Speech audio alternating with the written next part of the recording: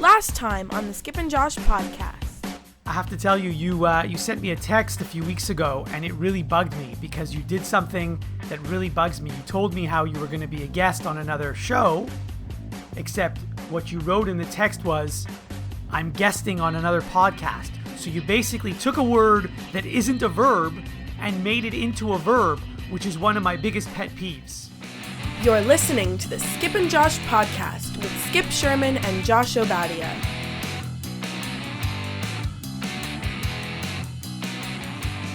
I'm Josh in Toronto. And I'm Skip in Montreal. In today's episode, the Duke Blue Devils lose. The Montreal Canadiens' losing streak continues. And a big matchup in the NFL. But first, another coach gets fired. Okay, Skip, so before we get started today, I know that sometimes you like to write in your notebook and you like to guess how I'm going to start the show, so I'm wondering if you wrote anything in your notebook this time. I didn't write anything, but Vegas odds of... Oh, don't say it. Don't say it. I want you to write something now. I'll give you a few seconds. Okay, hold on. I'm going to write it. Okay, I wrote it. Okay, so now we can actually start the show. And actually, this week, a lot of crazy things happened this week. But I think it's obvious how we need to start the show this week. There's no question. I mean, clearly, the top story of the week is that Arsenal fired their head coach. Oh, right, Arsenal. Right, of course, because you're such a fan of the Premier League. Well, I mean, come on, Unai Emery. He's been the coach for how long?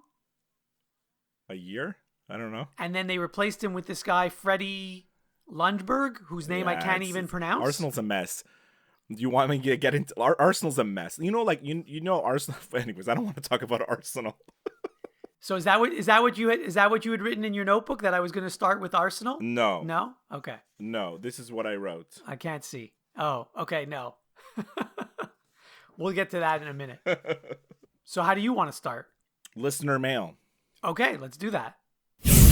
Mailbag. You forwarded me a message again from super listener Dave Littman, and again, thank you so much, Dave, for listening. We really appreciate it. He wrote, I listened to your podcast, and then he pointed out that we were completely wrong about many coaches that have coached in for their teams for more than 8 years. And I'm not going to read what he wrote, but I have my own list to continue. And he also weighed in on the Babcock firing. And the gist of it is that, like, we're not in the know about the Leafs, which is 100% true, because he was basically saying that big time Leaf fans were aware of Keefe and who he is, right, and the new coach, and they've known his history, and the people have kind of known that he's probably going to be the next coach at one point. All that to say is that thank you for listening, Dave. Speaking of that, I want to correct myself. So Mike Babcock, he did have an 8-year contract, but he has coached 4 1/4 of those years, and he had 3 3/4 left. So he had passed the halfway point of the 8 years. Still, my point was that 8 years is way too long to give a coach a contract. In fact, it's too long for a player contract as well. And I'm going to give you the list of the longest tenured coaches currently in all the sports. So in the NHL, you're 100% right. John Cooper is actually the longest serving coach right now in the NHL. Oh, wow. I would not have guessed that. You realize that.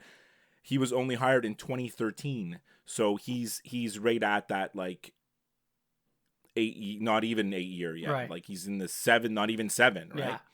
So he's the longest serving. In baseball, it's Bob Melvin, who was hired in 2011. In football, you have quite a few. We completely missed it. I mean, obviously, we said Belichick, right? Right. Mike Tomlin, we should have guessed. Mike Tomlin, 2007 was hired. Sean Payton has been the coach since 2006. And then even others, Ron Rivera, 2011, Jason Garrett, who we mentioned, 2010, and John Harbaugh, who was hired in 2009.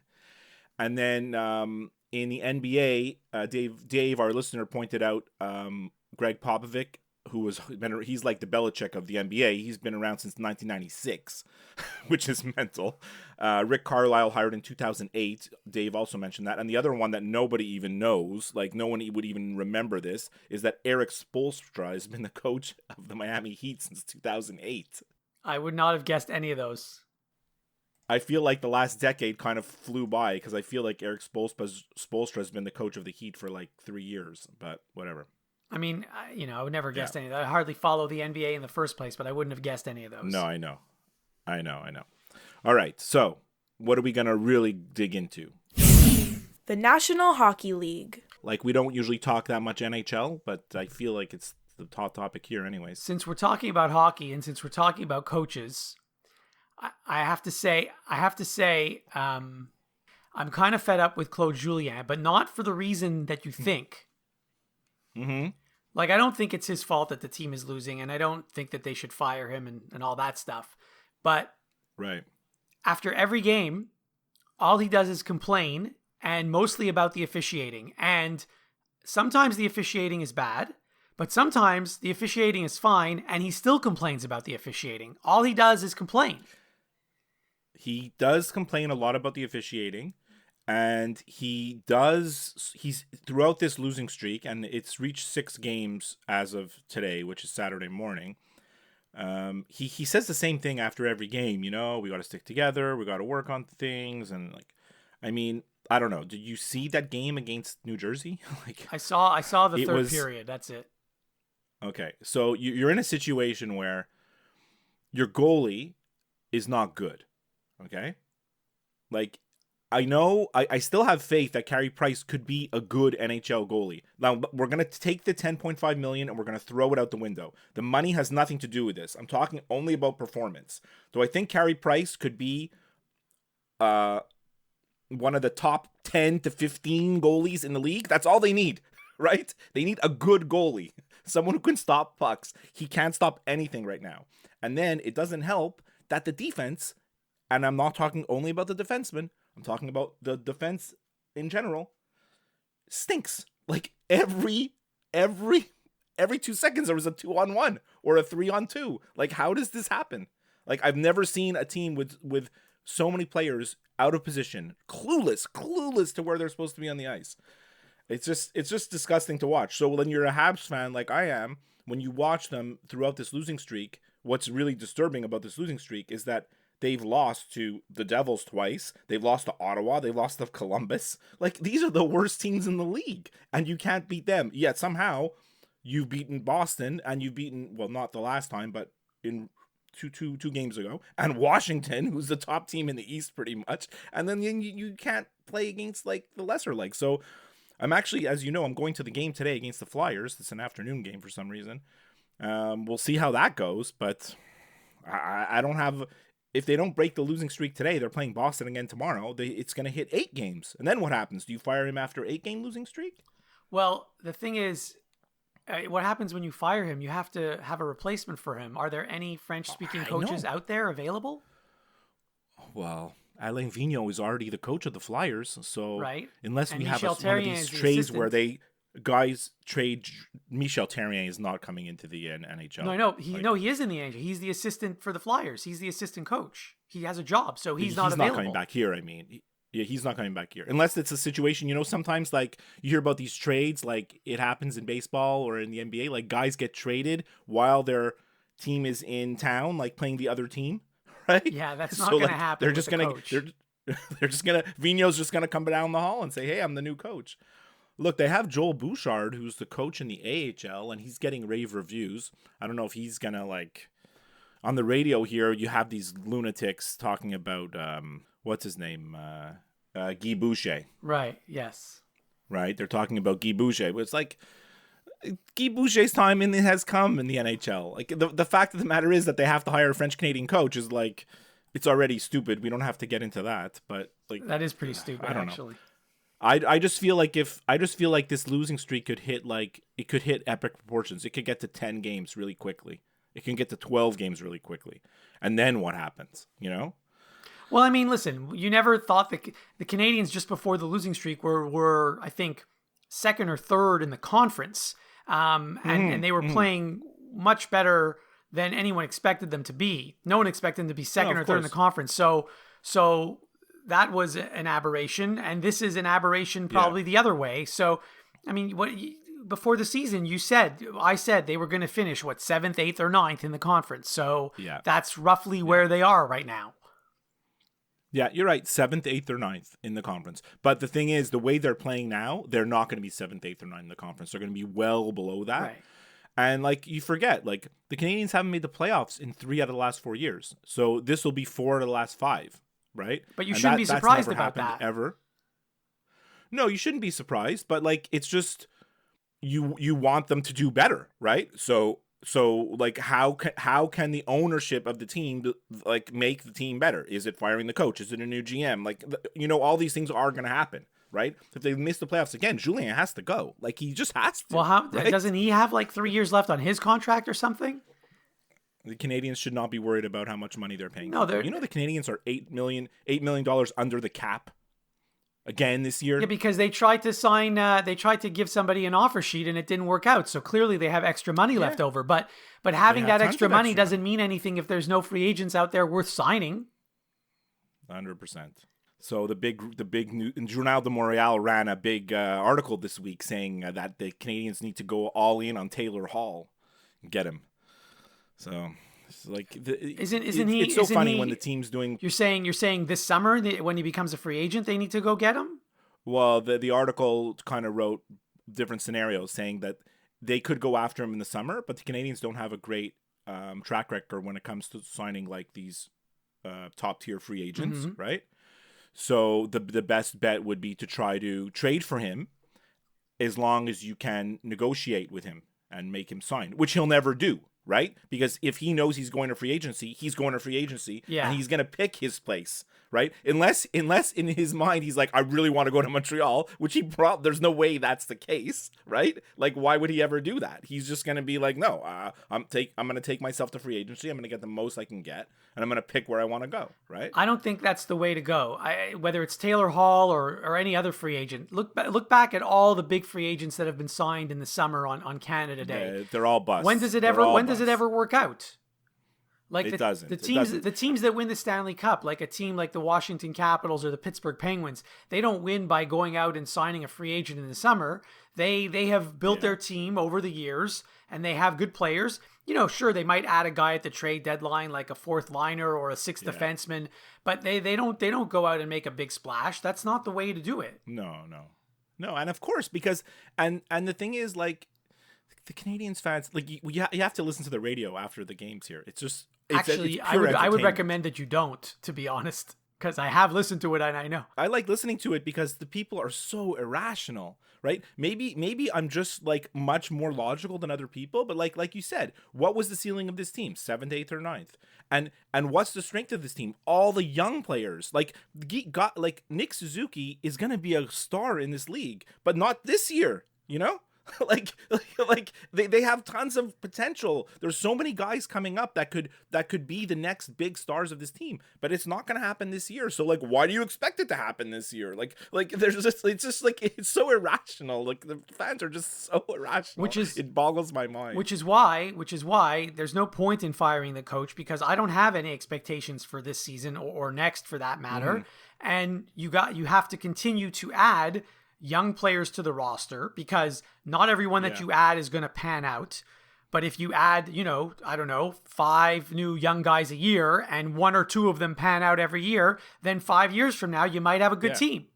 You got a stacked team. But that's all the more reason why you should fire this coach, because he doesn't play the young players. He's like every other coach. He's looking for his job. He's worried about his job. Right. If the Canadians really were smart, which they're not, like they would have brought and because I've always said this, that this whole rebuild with all the prospects that they have, Bergevin fell into it by accident. He's trying to have the best of both worlds. He's trying to like get the stockpile all these prospects, but at the same time they're trying to win now, which those don't compute together, right? So what you should have done is you should have brought in a coach who's young, who can talk to the young players, not a dinosaur like Julien, who's going to actually play his young players and tell them, you're going to make mistakes. Go out there and learn and like develop. The Canadians are an epic failure of an organization when it comes to developing their players. And the same thing, they've done this with 1 million players, and it's the same thing's happening now with Kasperi Kotkaniemi. The same thing. This guy should have been playing in Europe last year. He should have been in the AHL this year. We shouldn't have even seen him in the NHL yet. And yet somehow, when the Canadiens lose, everyone calls in and they're like, Kotkaniemi sucks. He's already a bust. He's a bust because he shouldn't even be there. So, look, I can go on and on and on about the Canadiens, but like, I'm gonna go to the game today. I'm gonna eat some hot dogs. I'm gonna have some fun, and then we're gonna go from there, right? You're going to eat some hot dogs. Well, you better bring your credit card because that's going to cost you a bit. It really is.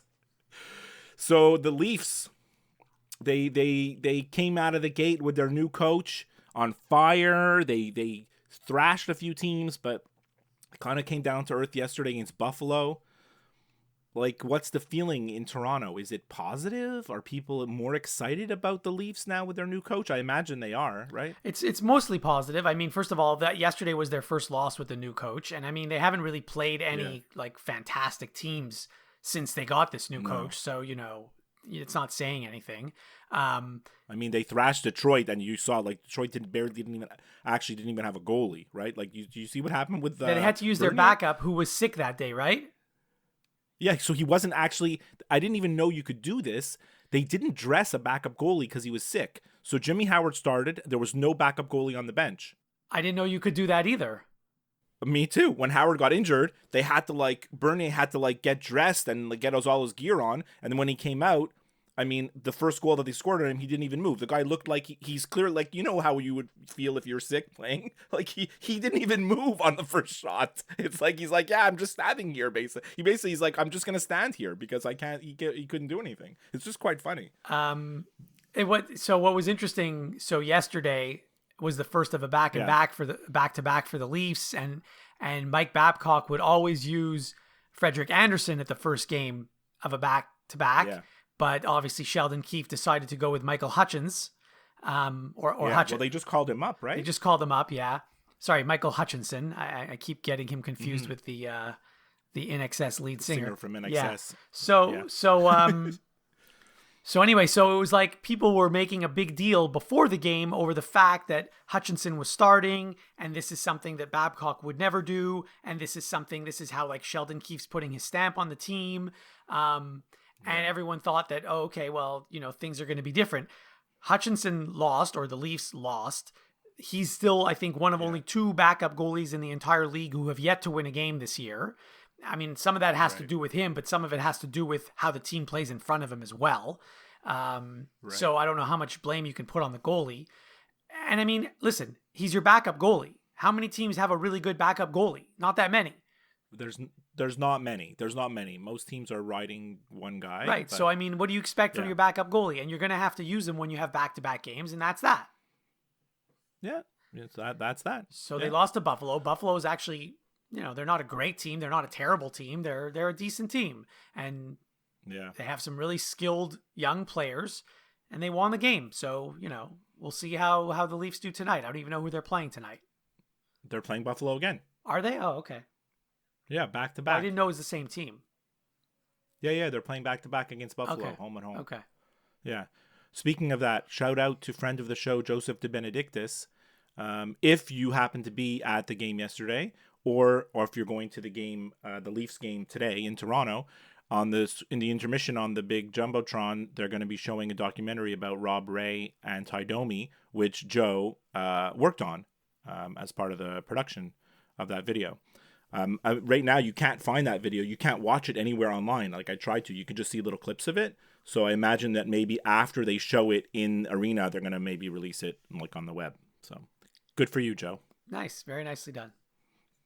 Yeah. I mean, I had other notes about going on and on about the whole Bill Peters thing in Calgary. I don't know if we want to get into that. And as we try to keep things positive, we try to keep things positive and not get into some of the political stuff. There's really everything that needs to be said about Bill Peters has been said already, so I'm not going to repeat anything. But what I'll say is, the stuff that he did and the stuff that he said, hundreds of coaches in every single sport have done exactly the same thing or worse well before he did it. That doesn't make it okay. I'm not saying it's okay. No. But no one should be surprised that this happened. You remember Bobby Knight? Like the stuff that he did? Oh my God. And he did it like he did it, in front of an entire arena of people. He didn't even do it behind the scenes. He choked one of his players on camera, on TV. So, I mean, choked him. That's just one example. And how long did Indiana keep him on as head coach? For years and years. Many years, yeah. Yeah. So I mean, it just goes to show times change, right? This stuff happens when you're a coach in any sport, or when you're a player in any sport. Coaches will do whatever they think they can to motivate their players. I'm not saying that that's the right way to do it, but it's even harder to motivate players these days, because now the players they get paid so much, and they have all these they got the Players Association backing them up, and it's like it's almost impossible. What are you going to do? You're going to threaten Alex Ovechkin that you're going to bench him? You're not going to bench Alex Ovechkin. You know, I'm just saying. Coaches, but coaches have to evolve now. Like, racism and violence, it's not gonna, the message has to be that, like, racism and violence in the locker room and all the sports, that's gotta go. That's gotta go. That's the thing of the past. It used to get swept under the rug, but now it's not gonna be anymore. No, and I mean, right? you heard the story. It was about a year ago at a school here in Toronto, where I don't know if it was the football players or the hockey players on the school team. They would there was hazing. There was hazing. And I don't know if the coach knew about it or just turned a blind eye to it, but stuff like this happens all the time. So it just, hopefully eventually it'll stop. I mean, there are a lot of well, this is the first step. This is like the first step in that players now, like, are not going to be afraid to come out and say, hey, this is wrong, because players always just shut up because they were like, I can't say anything because he's going to bench me, or I'm going to get sent down, or I'm going to get traded, you know, like that kind of thing, right? So this is like step one to change the culture, you know. And like the thing with the Bill Peters thing is, and I've seen it firsthand in youth hockey here, even in my little town. Hockey's white.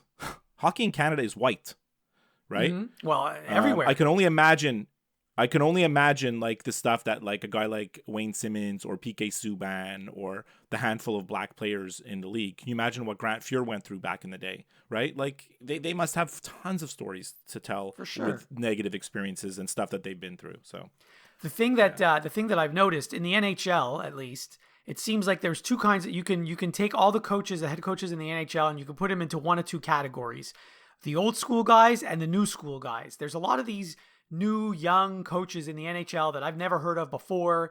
They either come from, the NCAA, or they come from maybe the Ontario Hockey League or the Quebec Major Junior Hockey League. And so hopefully the new younger coaches have a different attitude and have a different style and don't do what the old school guys, used to do. And eventually there won't be any more of these old school coaches eventually. Yeah. Yeah, eventually. Like I said, this is the first step. All right, so that's it for hockey. Great. College basketball. Duke lost to Stephen F. Austin. I mean, we have to talk about this because we talked about how Kentucky lost to, was it Evansville? So yeah, Evansville, yeah. So, I mean, the fact that Duke lost to Stephen F. Austin at Duke. At home. It's just ridiculous. It's huge. It's shocking. I don't know what else to say. Yeah. But you will recall that the game before that, when Duke played Georgetown, another unranked team, Duke struggled against Georgetown. I mean, they won the game, but it wasn't easy. So and then last night Duke played Winthrop, and Duke won the game last night. But again, it wasn't an easy win. Yeah, barely won. Yeah. Yeah. It's funny because I'm always trying to be so positive, right? So we see like this Duke team, and I'm looking at them. What did I tell you last time? Maybe the parts are going to create a better whole, like they're not going to have the superstars like they had last year or the year before, but maybe all these guys are going to fit together better and make a better team, right? Like, I'm trying to look at all the positives, but like, really, when you lose to Stephen F. Austin, what does it show? Like, he starts Trey Jones and 4 freshmen, and the 4 freshmen are just not prepared. They're just not ready. Like, Zion was ready because the guy was a freak of nature, right? And he could do whatever he wanted on the court.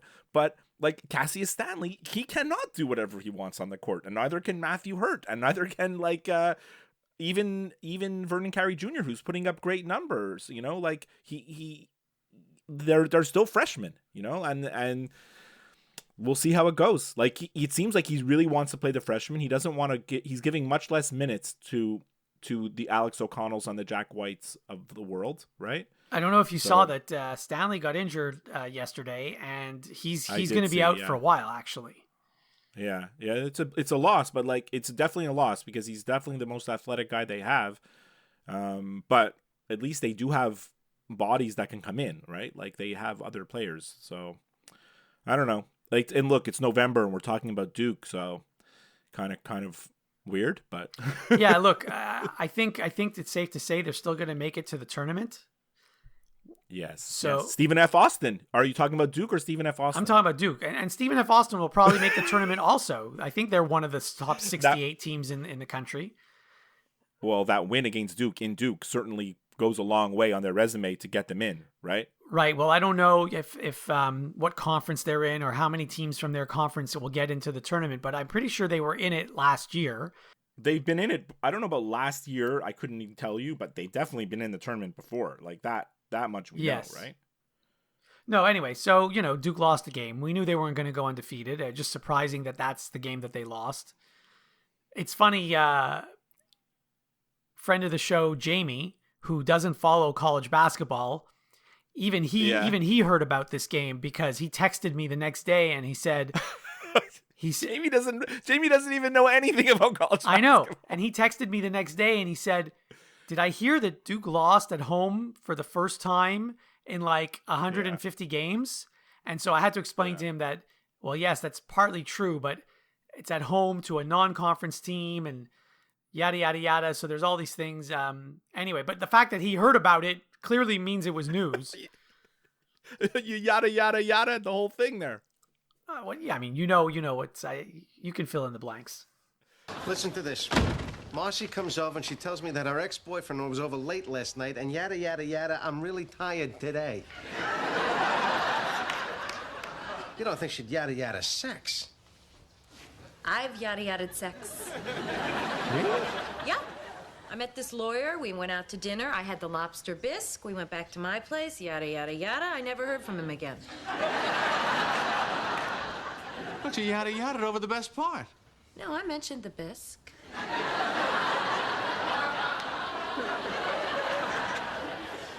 Well, I gotta do something. By the way, Stephen F. Austin is in the Southland Conference. Okay. All right. That's college basketball. Yeah. I wanted to just mention two little points about the NFL. The National Football League. Like, I don't want to get into too much of the NFL, but huge game, by the way, on Sunday. Ravens-Niners. Mm-hmm. The weird thing about the game is that it's at 1:00. It's so hard to imagine that you have literally the two best teams in the league, probably the two teams that actually most people want to see because people are sick of seeing the Patriots and like these are the two new teams or the new shiny little toys in the NFL, right? That everyone wants to see, and yet they're playing at 1:00. I don't know how they didn't get flexed to that Sunday night game, which is the Patriots. The Patriots are playing at Sunday night.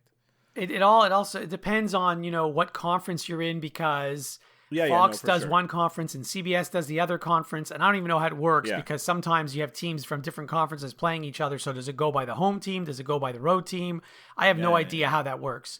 The Patriots are playing the Texans on Sunday night. Good game. Don't get me wrong.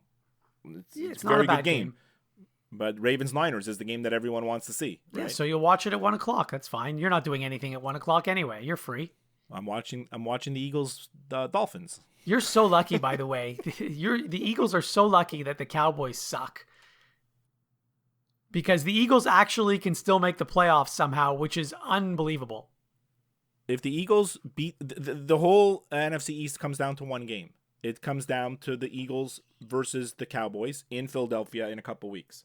Like that's the game that's going to decide the whole season, but for both teams, right? Because it's going to determine the head-to-head. It's going to determine the tiebreaker. It's going to determine everything, right? So right now, the Eagles have the tiebreaker. If they win that game if the Eagles beat the Cowboys in that second game, the second head-to-head game, then they'll be 1-1 against each other.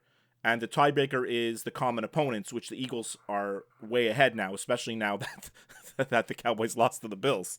So, yeah, it's ridiculous that the Eagles could still make the playoffs, considering like how pathetic they looked last game. And we'll see. Hopefully, they can get a little bit healthier and look better against Miami, which seems to be like the cure-all. Just facing Miami alone should help you. So, by the way, speaking of that game, I think the Eagles are favored by 10 or something, which is a lot of points. I mean, I get that the Dolphins are not a good team, but I was very, and still I'm very, what's the word? I'm tempted to wager that the Eagles will not cover the spread in that game. 10 points, a lot of points. It is a lot of points. Because even when the Eagles win, they win by like a field goal or something. But it could be one of these games where the Dolphins just will not score. And it'll be 13-0 or 14-3. Well, the Dolphins have won 2 games this year. It's not like they're the Cincinnati Bengals. No, I know. This is true. So Cincinnati Bengals. Oh boy, there's a whole other story.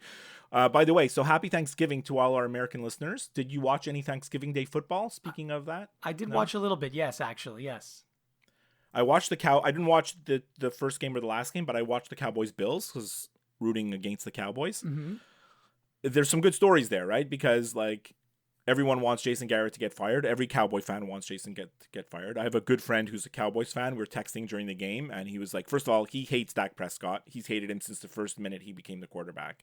Doesn't think Prescott is like can lead the Cowboys anywhere, and doesn't understand. This is my friend. Does not understand how Jason Garrett is still the coach after all these years. Like he just doesn't understand it. Did you see Jerry Jones? They asked him after the game, like, "Are you going to fire?" They asked him straight out, "Are you going to fire Jason Garrett?" And very tearfully and almost in tears, he's like, "This is not the time to talk about this." Like Jerry Jones is kind of misunderstood. You know, everybody portrays him as this like tyrannical villain. You know, like manipulating his team. Like.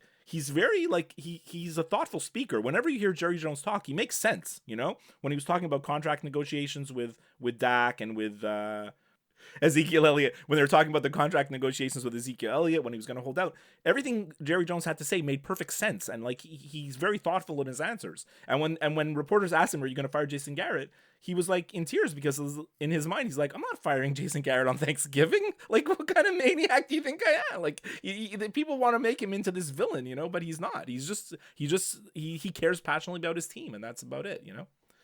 I mean, you knew, like, listen, the fact that Jason Garrett is still the coach, because every year we have this conversation, will he get fired?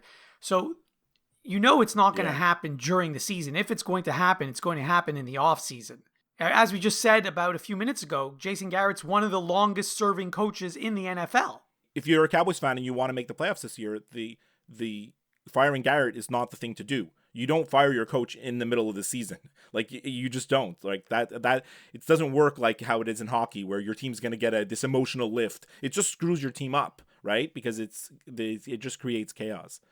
Whether the Cowboys make the playoffs or not, it's not going to matter who the coach is. And you're right. Like, you're better off just keeping the coach you have till the end of the season and then making a decision. Because, okay, so you fire Jason Garrett today, you have a new coach next game. It's not going to they still have the same players on the roster, and they still haven't. I think have they won a game against a team that's over 500 this year? I don't think they have. They have not. They have not. All their wins are against teams under 500. Their biggest win of the season in terms of their biggest win of the season in terms of the record of their opponent was when they beat the Eagles. Like that, like try to absorb that, right? So one other thing about that Cowboys-Bills game, that was another game where the Cowboys were actually favored by a touchdown. And I saw that and I'm like, first of all, the Cowboys are not going to cover that spread. Number one. Number two, they might not even win I don't even think they're going to win the game. I thought the Bills going in were going to win outright, and they did. And that was another game that I was tempted to wager on, but I didn't. I feel bad for the Bills because everybody's just talking about the Cowboys and how bad they are and how Jason Garrett could get fired and Jerry Jones and all this. But like what's lost in all that is the Bills played an amazing game. The Bills defense was all over Dak Prescott. Interceptions, sacks, strip sacks, Their quarterback Allen was running wild, and like they look like a really good team, the Bills, right? Like, let's not sleep on the Bills, right? We should give them the credit where credit is due. They're a good team. There might be probably a playoff team where they have a good chance, and they're a fun team to watch, actually. Yeah, I mean, listen, it's nice to see them doing well. It's the first time that I can recall since, the Jim Kelly days that the Bills have a good team. Somebody pointed something out. I can't take credit for this, but how everyone was saying how the Patriots, they have this amazing record, but they had a really easy schedule. The Bills have almost the identical easy schedule to the Patriots.